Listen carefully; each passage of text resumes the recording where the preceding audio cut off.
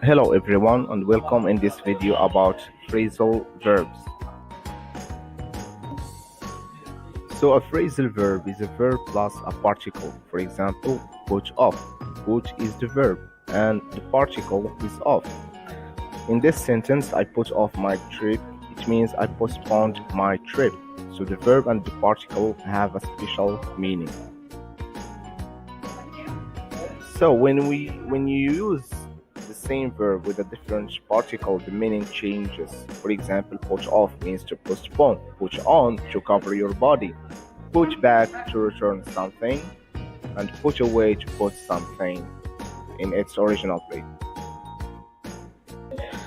Some phrasal verbs have more than one meaning.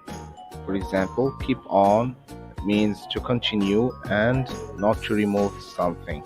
Take off means to remove and to leave. So it depends on the context in which the phrasal verb is used. Now let's discuss some kinds of phrasal verbs.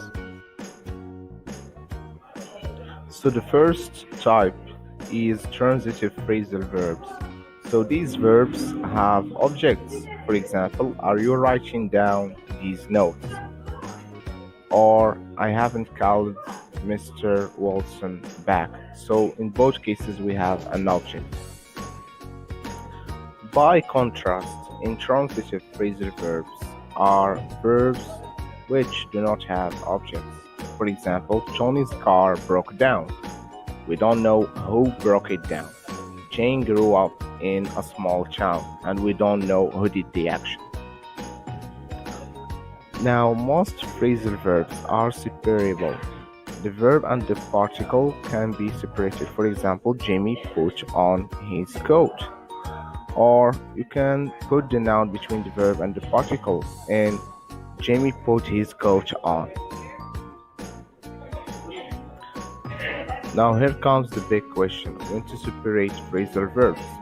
You can separate the verb and the particle when the object consists of just a few words. For example, Mr. Wilson called his appointment off.